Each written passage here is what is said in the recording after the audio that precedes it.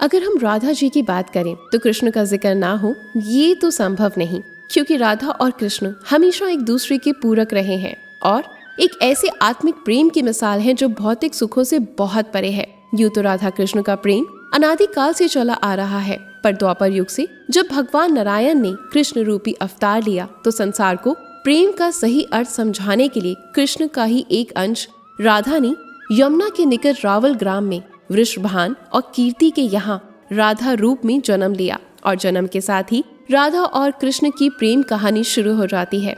लेकिन दोस्तों, ऐसी क्या घटनाएं और स्थिति बन जाती है कि राधा को कृष्ण के विरह का सामना करना पड़ता है और कृष्ण क्यों अपनी प्रिय बांसुरी को तोड़ देते हैं? इन सब सवालों के जवाब में इस वीडियो में हम आगे जानेंगे। दोस्तों, कहा जाता है कि राधा जन्म से अंधी थी। स्वर्ग लोक में ये वचन लेकर ही पृथ्वी लोक आई थी कि जब श्री कृष्ण की प्रथम दृष्टि उन पर पड़ेगी तभी वो संपूर्ण जगत को देखेंगी, अन्यथा नहीं। तो देखा दोस्तों, आपने कैसे शुरुआत से ही दोनों एक दूसरे से जुड़े रहे।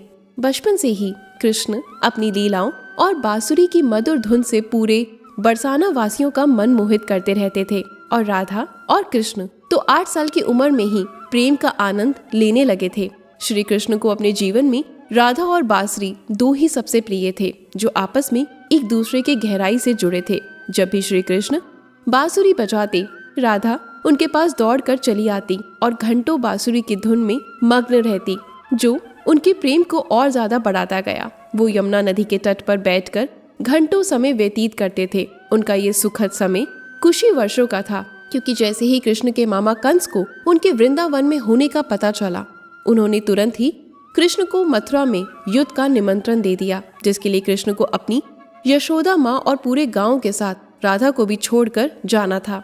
कृष्ण और राधा दोनों को पहले से ही पता था कि कृष्ण अब वृंदावन वापस कभी नहीं आ पाएंगे और बहुत समय तक एक दूसरे से मिल नहीं पाएंगे। तो इसलिए मथुरा जाने से पहले राधा ने कृष्ण से 2 वचन लिए। पहला वचन कि राधा के हृदय में हमेशा केवल कान्हा का वास रहेगा और दूसरे वचन के अनुसार मृत्यु से पहले उन्हें कान्हा के दर्शन होंगे। परंतु इन वचनों को देने के बाद भी श्री कृष्ण को पता था कि राधा उनके विरह में बहुत विलाप करेगी, तो राधा हमेशा खुश रहे। इसलिए श्री कृष्ण ने भी राधा से वचन लिया कि राधा को कृष्ण की याद में कभी भी एक आंसू नहीं बहाना। ये वचन लेने के बाद कृष्ण मथुरा की ओर बढ़ जाते, राधा वृंदावन में ही रह जाती, जिसके बाद राधा का वर्णन बहुत कम ही मिलता है। उसके बाद कृष्ण ने मथुरा जाकर कंस का वध किया और अपने माता पिता देवकी वासुदेव को मुक्त कराया और फिर उन्होंने मथुरा से आगे बढ़कर प्रजा की रक्षा के लिए द्वारका नगरी की स्थापना करी, जिसके बाद से उन्हें द्वारकाधीश कहा गया।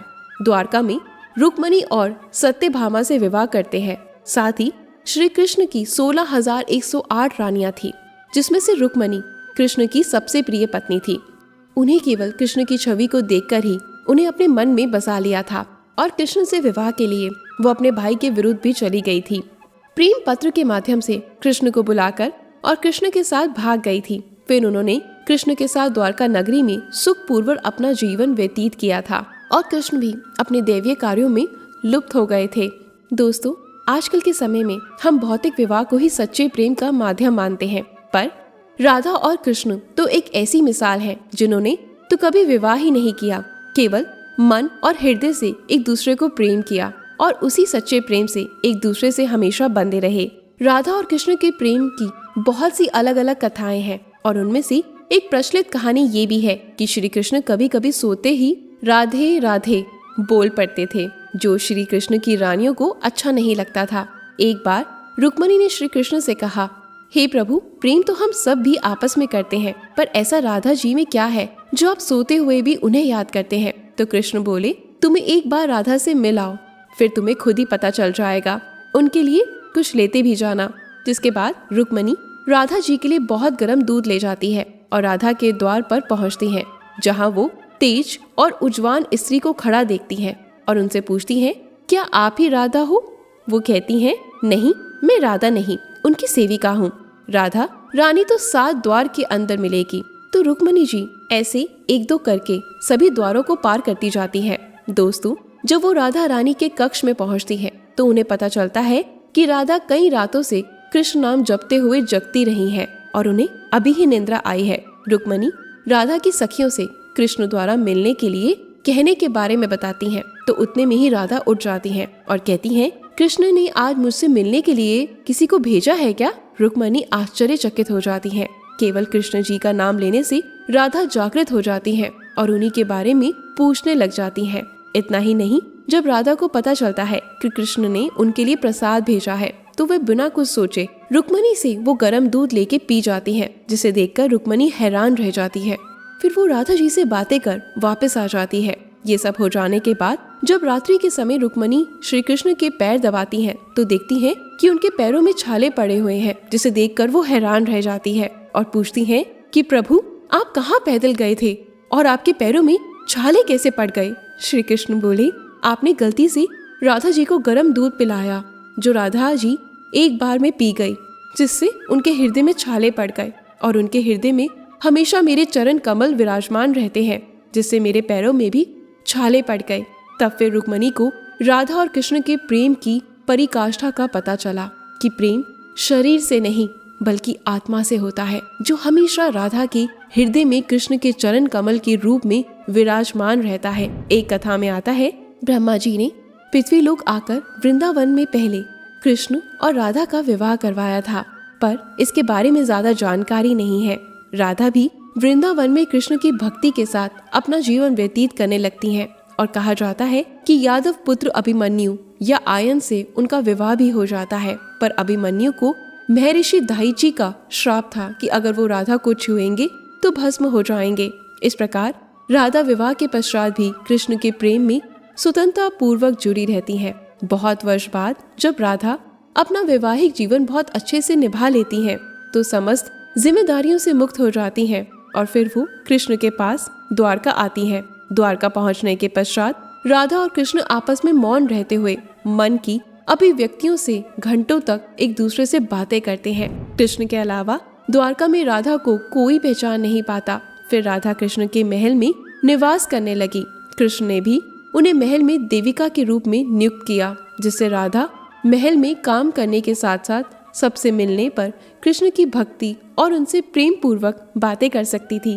पर कृष्ण तो अब अपने राजपाट व दूसरे कार्यों में व्यस्त रहते थे।